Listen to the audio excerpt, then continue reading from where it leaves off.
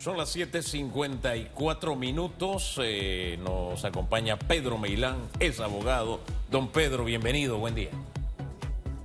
Oiga, le caso la conversa con usted con el tema que abordábamos hace algunos segundos, porque hablábamos mucho de inversión, generar empleos y estamos creando las condiciones para que eso suceda. No sé, siento que debería ser el norte de todo en este momento, porque lo que necesitamos es empleo. En medio de todo esto tenemos una amenaza, una de ellas es el arbitraje pendiente con Minera Panamá. Usted se ha pronunciado sobre este tema y quiero que nos ilustre, porque yo tomé como buena noticia y que se pospuso, pero claro, cuando voy y leo dije, 5 meses, si 20 años no es nada, 5 meses ni una bruca. Correcto. ¿Cómo estamos en ese tema? ¿Cuál es la situación de eso? ¿Tenemos que preocuparnos? ¿Cómo tenemos que ver ese asunto los panameños desde su punto de vista? Mira, esto es un tema muy complejo y nosotros lo hemos reiterado en distintas ocasiones. Primero, hablaste de la generación de empleo. El Panamá ahora mismo tiene un tema económico muy fuerte. Este tema económico que tiene Panamá, para el mismo hay que generar empleo por la cantidad de desempleos que hay. ¿Quiénes son los generadores de empleo en un país? Uno, el gobierno. Dos, la empresa privada. El gobierno actualmente no puede generar empleos porque no tiene los recursos para hacerlo y la empresa privada ahora mismo está asustado. Lo que se están dando es una cantidad de despidos masivos producto de que la economía no camina. ¿Esto qué quiere decir?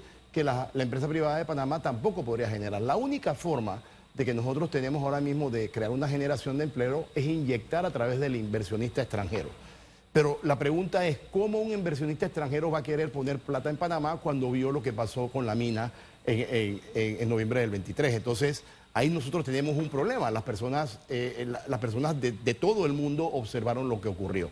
Y fíjate, es importante mencionar el tema del arbitraje. ¿Por qué? Porque yo como panameño saldría a defender a Panamá sobre en este tema de arbitraje, pero las personas confunden. Hay dos tipos de arbitraje.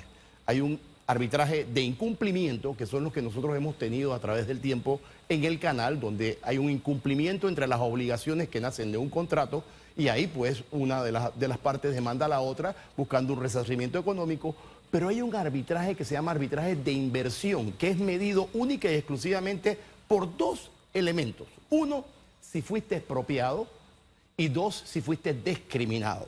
Fíjate lo que mide este arbitraje, que eso lo hacen a través de una cámara internacional. ¿Y es el que estamos enfrentando? Pues es un arbitraje de inversión. Ajá. Lógicamente, ellos invirtieron aquí una cantidad de miles de millones de dólares y dicen, yo he perdido mi inversión y yo tengo que demostrar que aquí se me expropió en alguna forma o se me discriminó. Y fíjate, dos cosas sencillas. Uno, este fallo, que no es un fallo donde se ordena un cierre, el fallo lo que dice es que existen ciertas cláusulas inconstitucionales. El cese de operación lo ordena el gobierno, el ejecutivo, 2 días después. Oiga, el fallo no me minimice. Dice ciertas, pero son 25 inconstitucionales. Es poca cosa. Pero mira, ese es un tema donde hay que hablar mucho. Esas 25 salen porque hicieron un análisis equivocado del estudio de impacto ambiental. Pero es una decisión. Pero ya está tomada. Eso podemos discutir otro día, pero sí, eso ya está tomado. Entonces, ¿qué ocurre? Tenemos este fallo, pues, que denota ciertas cláusulas inconstitucionales y que nosotros en alguna forma podríamos mejorar ese contrato. Pero regresando nuevamente al tema del arbitraje. Entonces, vamos a analizar si ambas cosas se pudieron haber dado. Uno, la mina está cerrada, hay un cese de operaciones de la mina, por lo tanto prácticamente es una semi-expropiación de la misma. Y dos, la discriminación. ¿Ustedes recuerdan cómo se dio ese fallo? Nosotros mismos como panameños fueron y se pararon allá abajo de la corte cualquier cantidad de cientos de personas diciéndole a la corte cómo fallar y en qué cantidad de tiempo fallar. Porque si usted busca la porcentualidad de los fallos inconstitucionales en Panamá, se da cuenta que tienen arriba de 8, 9, 10 años. Entonces resulta que este salió en 3 semanas. Entonces, con una cantidad de personas abajo diciendo, fállame de esta manera y fállame rápido. Eso es discriminación también. También entonces tenemos un problema. Una discriminación en la Asamblea Nacional cuando se dio la discusión, que fue también hasta un batiente. No se permitió una consulta verdaderamente como esperaba el país, porque justo los diputados del PRD dejaban pasar en su gran mayoría a las personas que estaban a favor del contrato y también que necesariamente las cosas se hicieron bien en el órgano legislativo. Pero es obligatorio cuando ya se dé, porque el gobierno no ha dicho cerrar, sino abrir para cerrar. Si se da, el tema de abrir para cerrar, ¿es necesario dárselo directamente a First Quantum o se debe ir, es abrir para cerrar a una licitación pública? Mira, ¿cuál sería la vía tomando en cuenta de los temas internacionales que se deben dirimir? Al final del camino, aquí hay una decisión que va a ser gubernamental o estatal, porque es el Estado. El gobierno actuando en representación del Estado. Pero la realidad es que si se toma una decisión distinta a la que es que la persona que estaba explotándola y demás pueda continuar con su contrato, claro, lógicamente cambiando las cláusulas y consiguiendo algo más mejor para Panamá, entonces los arbitrajes van a continuar. Eso es así de sencillo, fíjate, el arbitraje estaba programado para septiembre, lo que se hizo ahora es que se mandó para febrero. Para febrero, 5 meses. Y fíjense, son 20.000 millones de dólares, tras que nosotros tenemos este problema económico, tras que no tenemos inversión extranjera, tras cada día a día hay más desempleo, imagínense con esa espada de Damocles que tenemos nosotros ahí. Ahora, yo escucho insistentemente cuando se trata este tema, mira el canal, nosotros ganamos todos los arbitrajes del canal, de la ampliación. Y mira Costa Rica, que también se ganó. ¿Estamos en la misma condición o no? Fíjate lo que te expliqué, los del canal son de incumplimiento. Son arbitrajes de incumplimiento, donde se demuestra un incumplimiento. Aquí no ha habido un incumplimiento. Aquí lo que se tomó una decisión a nivel del Ejecutivo de darle cese a una mina. ¿Y qué es lo que va a pelear la empresa? La empresa lo que va a pelear, Hugo, es a mí durante cierta cantidad de años, todos los gobiernos me dieron permiso para yo explotar esta mina. Prácticamente me decían, sigue invirtiendo porque esa mina va a poder ser explotada. Y estoy hablando de todos, desde Endara hasta que pasó lo que ocurrió con el gobierno de Nito Cortizo. Entonces, todos esos argumentos, ellos lo van a utilizar en un arbitraje. Y van a decir, tú a mí me expropiaste, tú a mí me discriminaste, y yo te lo digo honestamente, si tengo que salir a defender a Panamá, lo salgo a defender, pero es bien complicado. Mire, en esa línea yo pienso igual que usted. Yo, por ejemplo, a mí me preguntan, hey, ¿cuál es tu equipo? ¿El Barça o el Real? Yo le digo, no, el Atlético Chiriquí. Que sube y baja y siempre está allá de colero. Pero es mi equipo. Claro. Yo voy a mi equipo. Es de mi tierra. Yo quisiera que ganara. Pero también tengo que ser franco. La tiene dura. No está fácil. Hombre, no tanto como en el béisbol, que en la semifinal sé que le vamos a ganar a Metro. Esa es otra historia. Mejor me quedo con el ejemplo del fútbol. Ahora sí te estás equivocando. Mejor me quedo con el ejemplo del fútbol. Si mi país enfrenta un conflicto de cualquier tipo, correcto, yo quiero que mi país gane. Correcto. Pero yo tengo que sentarme y ver objetivamente si tenemos las de ganar o las de perder. Y cuando se trata de estas cosas, bueno, aquí mi compañero que es abogado, yo me siento con él y le pregunto cosas para que me ilustre, porque yo no soy abogado. Claro. ¿No? En este caso, también yo necesito que usted me ilustre. ¿Tenemos para ganar el arbitraje o tenemos todas para perder? Sabiendo que vamos a nuestro país, mira, que queremos que gane. Yo soy panameño sobre todas las cosas. Y cada vez que me tenga que pintar la bandera tricolor en la cara, me la voy a pintar. Ajá. Pero tenemos que ser objetivos en lo que te acabo de explicar. Es un arbitraje de inversión. Estamos ante una Cámara Internacional de Comercio, que no es de aquí de Panamá, es una cámara de afuera y que va a ver única y exclusivamente si una inversión que se dio en un país fue dada en buena forma y en alguna forma si fue retirada. ¿Qué se analiza en el arbitraje? Discriminación y en alguna forma que te hayan expropiado. No es un arbitraje de incumplimiento. A mi criterio muy personal, no estamos fácil. Ni un abogado puede decir yo gano esto o yo pierdo esto porque eso no está bajo el control del derecho. Pero tú sí objetivamente puedes decir que puedes tener un caso más fácil que otro caso. Pues este caso está bien complicado. Yo he hablado con personas que participaron de las manifestaciones en rechazo del contrato minero y han dicho que, por ejemplo, si se llega a renegociar el nuevo contrato y si Panamá sale favorecida con un 50% de las ganancias o de los ingresos que aporte este nuevo contrato minero, que él cambiaría de posición, porque Panamá tendría un 50%. Pero ¿es esto posible? Tomando en cuenta que no necesariamente de Minera Panamá recibimos muchos ingresos, porque también eso se cuestionó en su momento. Sí, bueno, pero es que recuerden que esto se da contra el cambio de un contrato. Este contrato que pasaron, pues en este momento en la Asamblea era 20 veces mejor que el anterior. No quiere decir que no se pueda conseguir algo mejor todavía, porque recuerda que había cierta cantidad de millones de dólares que iban a entregar todos los años, independientemente de lo que se ganara o no. A lo mejor se puede conseguir algo mejor, pero hay que tratar de lograr renegociar las cláusulas de este contrato con el fin de que volvamos a poder generar empleo. Fíjate, la mina generaba 7.000 empleos directos y 40.000 casi indirectos. ¿Qué tenemos ahora mismo nosotros en tasa de desempleo? René, creo, nos acaba de decir que hay 54.000 empleos desempleos que se encuentran en el país.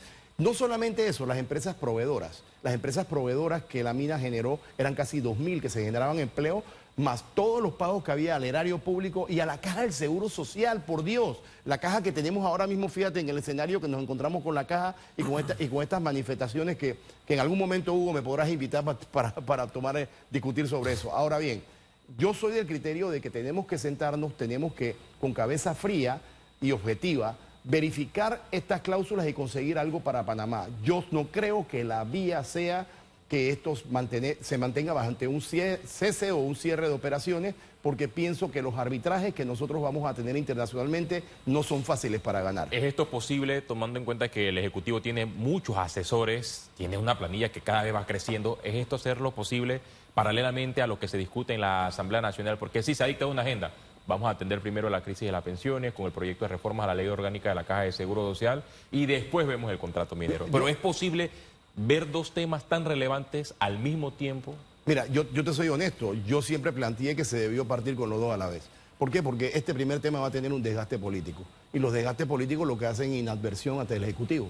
Y entonces el Ejecutivo tiene después que plantear este tema. Este es un tema netamente, bueno, ambos temas que se discuten son económicos, porque el otro tiene que ver con los dineros de invalidez, vejez y muerte de la Caja del Seguro Social, pero este tiene que ver con, tú sabes, con la cantidad de dinero que nosotros podamos tener dentro del país, producto de los empleos, generación de empleo y de inversión extranjera que pueda venir. Yo pienso que sí, que es hora de sentarse, buscar la discusión. Y fíjense, y hay algo que quiero dejar bien claro. La discusión que hubo en ese momento fue una discusión plagada de mentiras, plagada de falsedades. Entonces, mucha gente salió a la calle entendiendo cosas que no eran ciertas. ¿Dónde están las contaminaciones que decían que estaban ahí? ¿Dónde está el túnel? Aquí salió un funcionario público actual que decía que había un túnel que iba hasta Río Indio, a las aguas del canal, y de ahí la mina se robaba el agua. ¿Dónde está el tema del espacio aéreo, de las propiedades que tiene la mina? Todo eso se manejó a través de redes. Y la gente cuando salió porque esa gota de agua que derramó fue la forma en que se aprobó el contrato. La gente no estaba pensando en el cierre de mina. Es la forma como se aprobó con los diputados y después esto se convirtió en una protesta generalizada en contra del gobierno. Esa es la realidad de lo que ocurrieron en esos hechos de noviembre. Ahora bien, la verdad es que yo soy enemigo de las mentiras y usted me acaba de recordar una serie de cosas. No, yo recuerdo que en medio de todo eso razonar era un poquito difícil, ¿no? Te decían traidor, Hugo. Traidor, mercenario, vendido. Sí. O sea, cuando usted oye que la respuesta es un calificativo es porque no hay argumento. Correcto. Así de sencillo. Y una vez se me ocurrió aclarar un video, precisamente, que tenía que ver con un lago en, creo que era Canadá. Y entonces decía, mira cómo explotan en otros países. Y aquí en Panamá no es así. El hueco que nos hicieron. Entonces yo aclaro en el grupo, oiga, esa es una mina que fue cerrada. Ese lago que usted ve es después de explotar la mina, ¿no? Ey, no había manera de razonar eso. O sea, esa falsedad, ese video que nos narraba un hecho distinto al que teníamos en Panamá, aclararlo. Primero te valía que te dijeran de todo. Y segundo, el video era verdad. Punto. ¿Por qué? Porque había mucha pasión. Y yo siento que estamos viviendo como país un momento en el que lo que necesitamos es razonar las cosas para tomar las decisiones correctas. Fíjense que no inclino la balanza hacia ningún lado, sino simplemente que razonemos y tomemos la medida correcta porque, mire, le cuento algo aquí entre nosotros. Yo estuve hace una semana por allá por La Pintada haciendo un reportaje del sombrero pintado. Y cuando la gente te comienza a decir cosas de lo que están viviendo, yo digo, Chulita, esta gente no está poniendo el plato de comida en la mesa. Y eso a mí me golpea. Tomamos una decisión que le quitó el plato de comida a gente como usted y como yo, el derecho de ponerlo en la mesa. Entonces yo siento que tenemos que hablar y encontrar una salida a esta situación. Porque le pongo otro ejemplo. Para mí esto es como estar pasando hambre, abrir la alacena, tener pan y decir, yo no voy a comer pan porque el pan engorda. ¿Me explico? Son los ejemplos que le pongo porque a mí me parece delicado y yo he convocado siempre a que en estos temas conversemos, analicemos y lleguemos a un entendimiento como país. Yo no sé usted. Sí, yo pienso igual que tú, Hugo. Y es más, yo fui una de las personas que cuando se abrió el compás para presentar opiniones o conceptos en la Corte Suprema de Justicia, yo escribí mi concepto y expliqué por qué la mina había que mantenerla. Y pienso que hay que entrar lo antes posible en una renegociación de este contrato en el cual hay que conseguir las mejores cosas para Panamá, pero no podemos permitirnos mantener la mina cerrada. No solamente por el daño económico de todo tipo de empleos y demás que se hace, sino también porque nos está afectando las inversiones internacionales futuras, porque la gente está viendo, esto se vio en todo el mundo, señores, entonces ¿quién quiere venir a poner plata en Panamá sabiendo de que aquí en cualquier momento, por falta de seguridad jurídica, nosotros pueden cerrarle el negocio? Así que yo prácticamente le pido al Ejecutivo que acelere las conversaciones con el fin de que nosotros podamos reactivar la economía. Ahora bien, fíjese, es que usted me ha echado para atrás la memoria, ¿no? Entonces, me quedo pensando que nos negamos tanto el derecho a razonar que había un grupo violento, que los grupos pacíficos evitaban. Eso fue parte de lo que vivimos. Y siempre cito eso, que los muchachos cuando iban a protestar nos tenían a los periodistas hasta última hora que no sabíamos dónde iba a ser, porque si los violentos estaban en la avenida Balboa, ellos iban para otro lado. Correcto. ¿Ves? Pero lo que me llamaba la atención en todo este mapa es que los violentos participaron en la construcción de la mina, que ya está construida, ya está allí, ¿no? El impacto negativo que podía darse ya se dio, ya está el hueco hecho, para decirlo en términos más sencillos. Pero imagínense que nos negamos a razonar que los que participaron de la construcción estaban en la calle protestando contra lo que ellos construyeron. Eso nos tocó vivir como panameños. Irracional. También mucha gente dice que es producto de que ellos no tienen un sindicato ahí dentro de la mina. O sea, eso es producto de todo esto. Y mira, y ni hablar del tema porque no me quiero desviar, pero es hora, Hugo, de que aquí se empiece a legislar a través del Código Penal con sanciones ejemplares para el tema de los cierres y de los daños a la propiedad privada. Y digo algo, hace algunos años en el Código Penal existía el artículo ese que penalizaba este tipo de acciones y fue declarado inconstitucional no por el fondo, usted que es abogado, sino por la forma, con la forma en que se aprobó en la Asamblea Legislativa. Sí, y es el momento de que aquí este tipo de cosas se eviten. Y les voy a decir, tienen una normativa constitucional. El artículo 38 de la Constitución habla claramente del derecho que tiene toda persona a manifestarse y en la forma que lo pueda hacer. Si viola ese derecho afectando a terceros, entonces la Constitución habla de reprimir, no de dialogar. Tiene que buscar el orden. El Estado, el gobierno tiene que darle el orden y proteger los derechos de todos los nacionales, y en la forma en que se cierran estas calles y que se dan las cosas no está siendo protegido. Ya que usted toca ese tema, un obrero, en caso tal, en su momento, si así lo determinan los jueces, de llegar a ser condenado, podría pasar aproximadamente hasta 24 años de prisión, según los delitos que se le suman y que busca que se imputen o que ya se imputó por parte de la juez de garantías. Por ejemplo, está el delito contra servidores públicos, 5 años, delito contra la seguridad colectiva de 5 a 10 años, delito contra el patrimonio del Estado de 1 a 2 años, delitos contra la libertad de 1 a 3 años, delitos contra la vida e integridad personal de 2 a 4 años.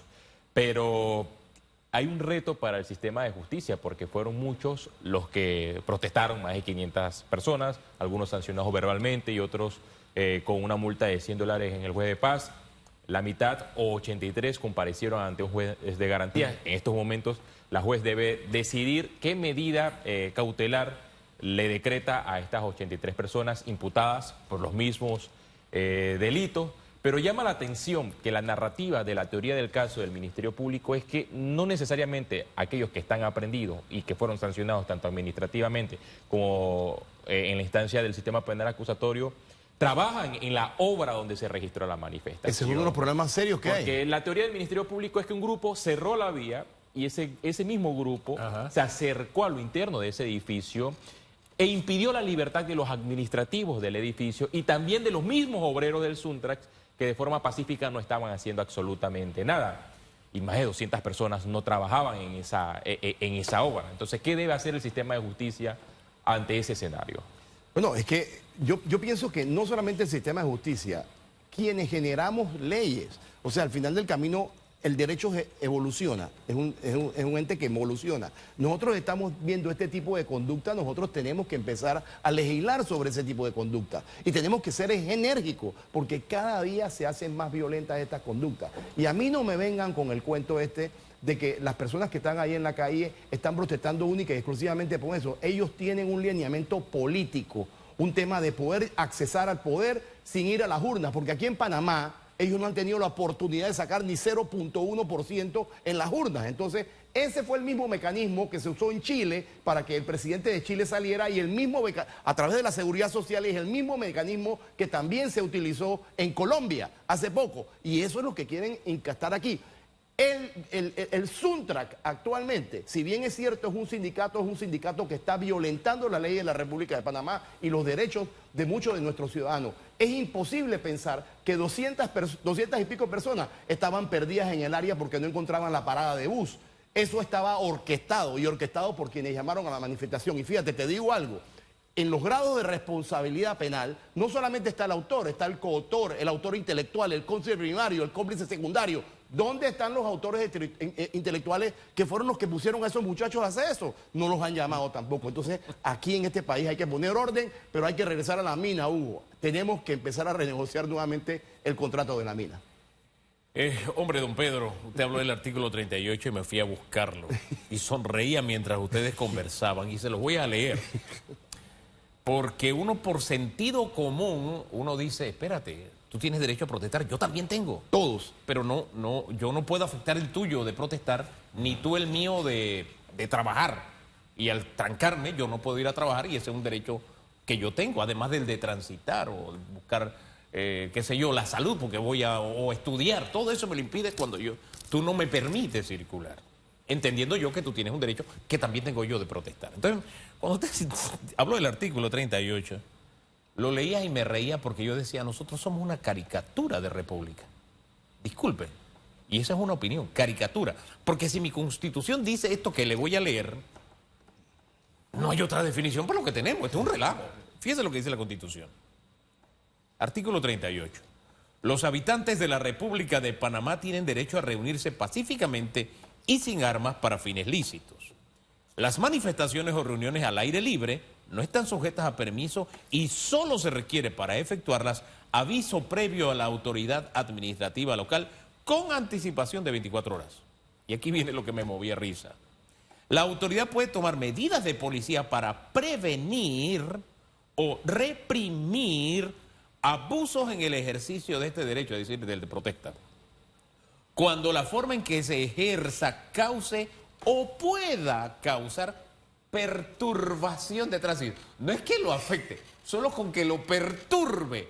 La Constitución dice, usted puede llevar a cabo acciones de policía, perturbación del tránsito, alteración del orden público o violación de los derechos a terceros. Todo lo han hecho, todo. Ahí está, y esa es la Carta Magna. Es lo más alto que nosotros tenemos en el derecho. Ahí está, ahí está. Entonces, a mí me molesta cuando estas personas salen, tú viste los bloques, viste la varilla, es que nosotros estábamos manifestándonos pacíficamente. O sea, hay que ser, cínico. Lo que pasa es que en este país, y hace mucho tiempo se está utilizando en el mundo, la misma teoría de los nazis. Repite 3, 4 mentiras varias veces para que se convierta en verdad. Y ahí es donde tenemos nosotros el problema de las personas que no verifican de dónde viene la información y quién la está dando, que eso es lo más importante, Hugo. Fíjese, yo no me quedo con el tema de la violencia que vino después de la tiradera de bloque y qué sé yo, que el país fue testigo. Yo vuelvo a la violencia con que comenzó todo. Desde el momento en que usted impide que una persona se movilice por las vías, usted está siendo violento. Correcto. Desde el momento en que usted perturba el derecho de otro, usted está violentando el derecho de otro. Se lo dejo hasta ahí, porque de esto hemos reflexionado mucho. Pero me quedo con ese artículo 38 y la sensación de que estamos ante una caricatura de república. Gracias, don Pedro. Gracias, Hugo. Que tenga buen día. Pausa y regresamos. La ministra de Trabajo nos visita hoy. Conversamos con ella en segundos nada más.